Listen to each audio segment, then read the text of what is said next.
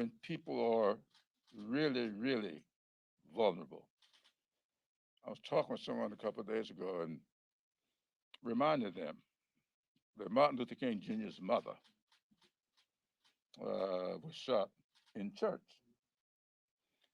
And when we have these symbols of hate,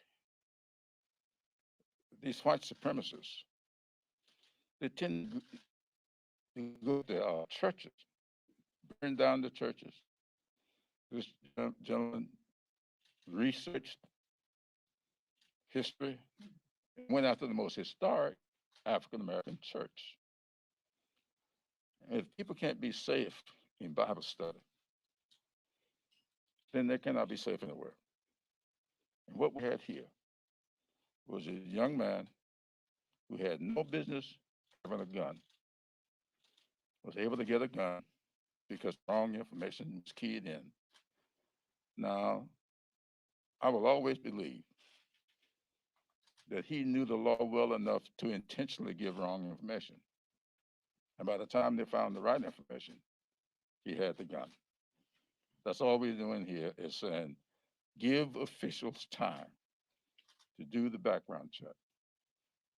And then, if he passed muster, get the gun. And I want to thank those who have been involved in bringing this bill to the floor. And I hope that once again, as we did before, we can have bipartisan support to get it done. And I'm so glad that on the other side of the aisle, Senator Blumenthal has agreed to sponsor this bill in the Senate. And he and I did a joint session with the widow of the pastor of Emmanuel Church on yesterday. I'm so pleased to present him to you now, Senator Blumenthal. Thank you, Whip Clyburn. I am really honored to be here, Madam Speaker. Thank you for your leadership to Mike Thompson and Lucy McBath and Sheila Jackson. Lee, thank you for your extraordinary courage. And thanks as well to my great colleague, Chris Murphy. He and I have been a team on this issue since his election to the Senate, and Sandy Hook. Listening to Jim Clyburn on the floor yesterday, I was so moved because clearly 9 people would be alive today. Literally 9 people, members of that congregation, would be almost certainly alive today if that killer had not taken advantage of the Charleston loophole, a glaring gap in our laws. There is no reason that people should not wait a day or 2 or 3 to buy a gun so that a check can be done on them. And there is a principle at work here. The support for universal background checks is nearly universal. Almost everybody in the country, including gun owners, NRA members, want it. And the principle should be no check, no sale. No check, no gun. That's the way to make America safer. And I think with the leadership of our great leader, Senator Schumer, we have a real opportunity to make history here. I'm asked often, what has changed since Sandy Hook? We have a growing grassroots political movement with leaders at the local level changing history. And we have House members who have run on this issue, who have not just answered questions, they've made it a priority. And so I think the implosion of the NRA, the growing support among the American people, and the inevitability of increased support gives us an opportunity we haven't had before. We need not only background checks and closing the Charleston loophole, but also emergency risk protection orders, safe storage, Ethan's Law, repeal of PLACA, a number of measures that provide a comprehensive solution. There's no single cure. but I think we can do it with the kind of support that we're seeing this morning. And I'm very pleased now and honored to introduce one of the true champions of gun violence protection. Or do you want to? My mentor and model and leader, Senator Schumer of New York. Who did I get ahead of? Thank you, whoever I did. No, you're- Thank you, Sheila. Go right ahead, Chuck, my seatmate.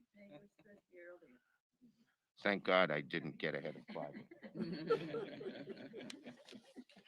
Okay, thank you, everybody, and it's great to be here. I want to thank our great speaker, Speaker Pelosi, all of my colleagues in the House and Senate who have played such instrumental roles in this so important an issue. And I particularly want to thank the survivors and the families of the victims, and so many who have that horrible hole in their heart because they lost someone to gun violence. So many children on our streets gone. And yet these advocates light a candle every day. That's what the Bible tells us is the saintly and noble thing to do instead of just cursing the darkness. And I thank them as well. This issue is very important to me, as those of you who've been around a while know. I was the author of the Brady Law back in 1994 in the House of Representatives, and we passed it. And there are literally so many, you could probably say certainly hundreds of thousands, maybe millions of people walking the streets today because we passed that law, who'd be dead. But when we passed the law, it had, little did we know, it had some loopholes in it that we didn't know at the time. We didn't know there'd be an internet. So we didn't prohibit internet sales without a background check. And to get the last few votes, just a little history, a couple of our members from more moderate states said, just exclude gun shows.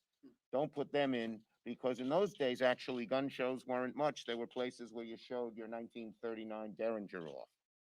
And of course, the NRA and the gun merchants and the merchants of death started using the gun shows as a way to get around the law. So H.R. 8 closes these loopholes. A universal background check. It is desperately needed. And the House, of course, has had the good sense to pass this 3 times? Twice. Twice after today. Oh, twice after today. We'll have the good sense to have passed this bill twice. And in the past, when they sent it over to us last time, it went into Mitch McConnell's legislative graveyard.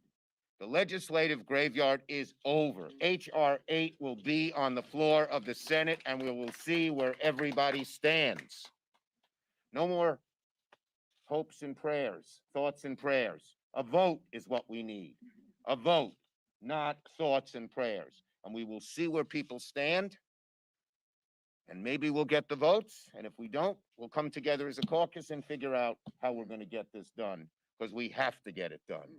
For the lives of the American people, for the safety of our streets, and particularly for our young kids, so many of whom in my state and all the states represent, mine and Jerry's state, and all the states represented here, whose lives are taken at such tender ages because of gun violence and guns. Senator Durbin will be holding hearings, and we are shining the spotlight on this issue. We are going to win on this issue. The American people, I'm sure it's been mentioned, are overwhelmingly, like 90%, on our side. So I thank the House for having this event, but more importantly, for passing the bill today. And now we will focus on getting it through the Senate. Who am I supposed to call on? And now, my dear, dear friend of, since I knew him before he was an assemblyman, and he was a district leader, a powerful district leader on the west side of Manhattan when he was about 19 years old and just got out of Stuyvesant High School, Jerry Nadler. Well, thank you very much, Chuck. I want to begin by thanking Representative Mike Thompson and the distinguished Majority Whip, Jim Clyburn, for their leadership in introducing these 2 important gun safety bills. I also want to thank the Speaker and the rest of the Democratic leadership for their support in bringing this legislation to the floor more than once. Since the House passed these bills more than 2 years ago, an estimated 80,000 people have lost their lives to gun violence. Every day that we do not act is another day that families will mourn the loss of a loved one.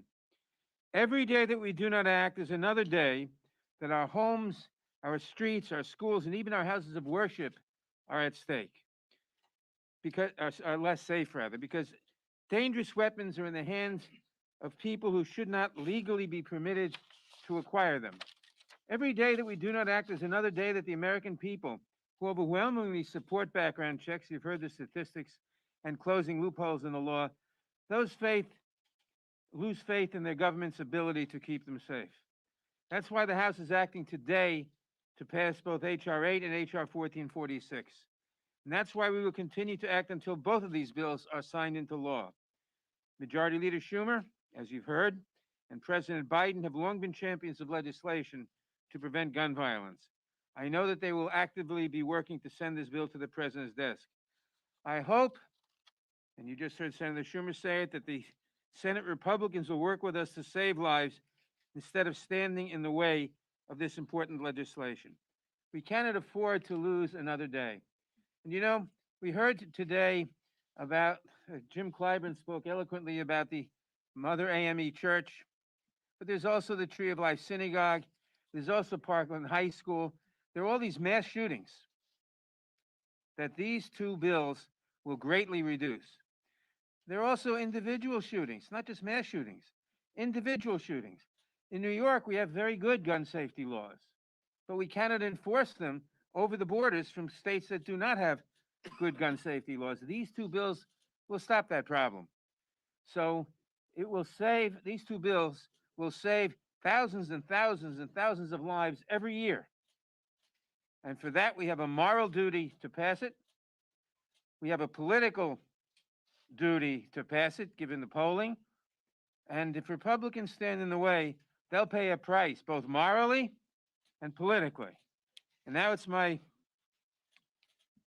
privilege to introduce one of the leaders in this fight in the Senate, Senator Chris Murphy.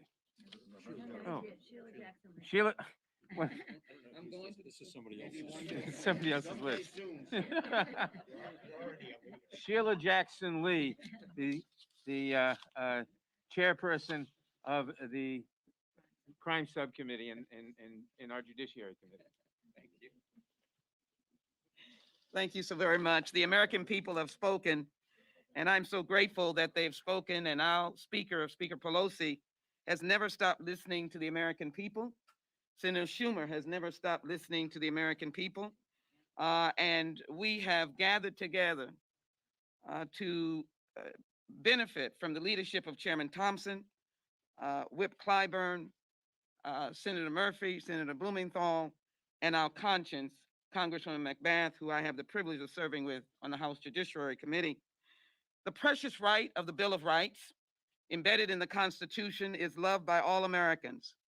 And so, as both Speaker Pelosi and Chairman Thompson and Senator Schumer said, we're getting a vote on the preciousness of the American people's rights embedded in the Constitution.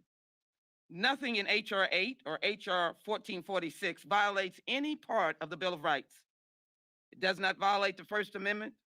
It does not violate the right to due process, and it does not violate the Second Amendment. Nothing in the Second Amendment suggests that we cannot regulate and provide safety for the American people. Nothing in the Supreme Court cases like Heller says that.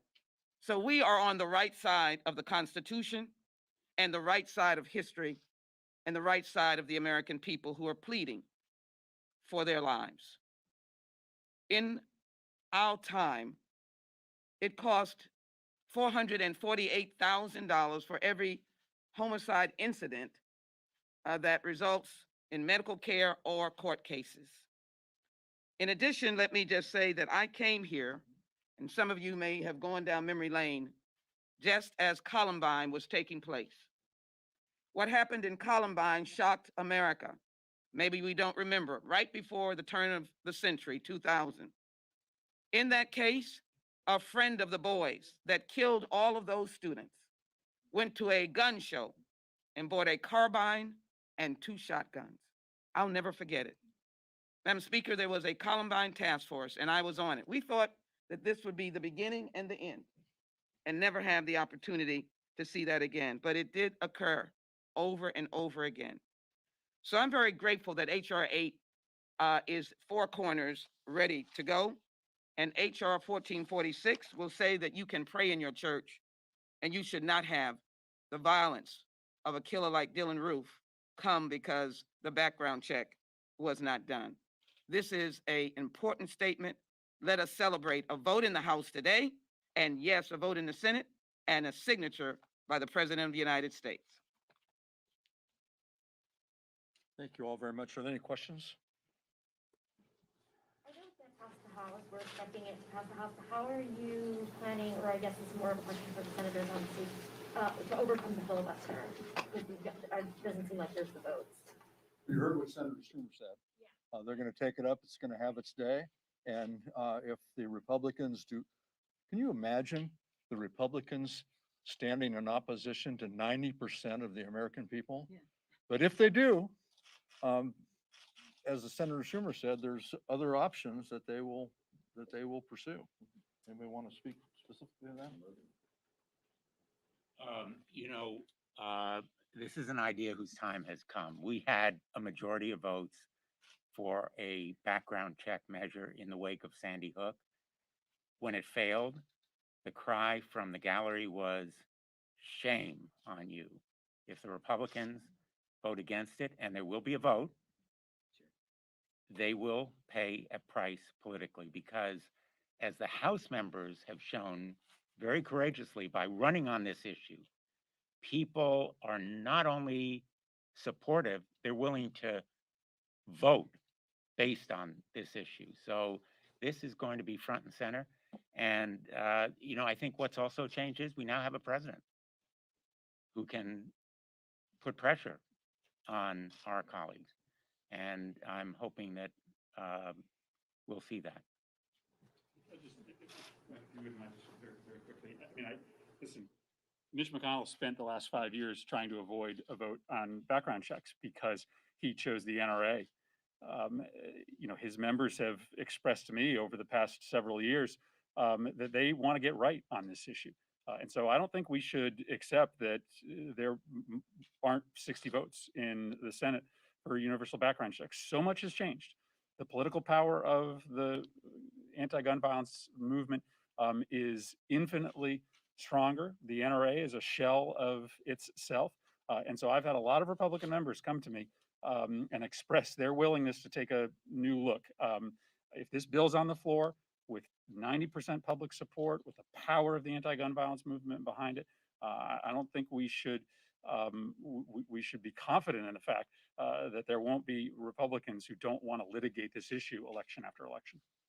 Yes. Just to put a finer point on that, Senator Schumer seemed to say, I know he's not here, but that there would be a vote on the House bill and see where everyone stands, and if it fails, then figure something out. So are any sort of, this is for the senators, I suppose, any sort of bipartisan discussions happening? Because when Manchin and Toomey got 2 votes previously, there were 4 Republicans both times, only 2 of those remain in the Senate. So are Manchin and Toomey on board? Can you just talk a little bit about the process? Well, again, I just think we are living in a different world than 2013. So much has changed. The politics around this are fundamentally different. I think, Senator Blumenthal, I should leave it to Senator Schumer to talk about the floor schedule. I just think that you can't compare 2013 to 2021. I think there are a lot of Republican senators that are thinking about voting for a proposal that allows them to get right on this issue. Thank you. I'm going to ask our colleague, Congresswoman McBath, to close this out, please. Well, I am just completely grateful for all of the hard work and for all of the effort that has been placed into making this happen today. And I would just like to take my hat off for a moment, the hat that I wear as a member of the United States House of Representatives, and to thank each and every one of my colleagues and leadership. As a mother who lost her child to the very gun violence that every one of us has been fighting for so hard to eradicate, Speaker, I want to thank you. Rep. Thompson, thank you for allowing me to be a part of championing this life-saving legislation.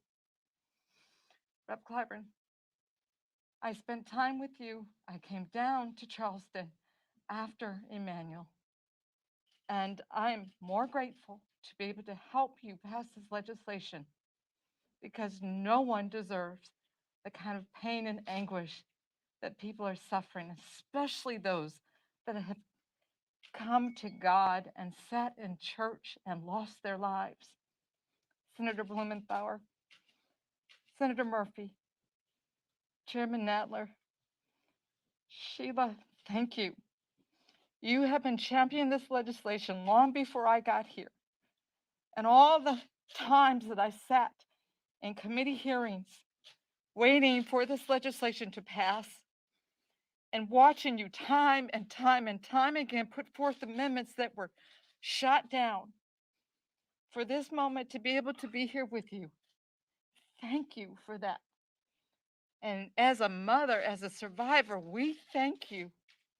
There's so many of us survivors and family members that have lost our loved ones that have been waiting and waiting and waiting. And today we have the real possibility to make a difference and save lives.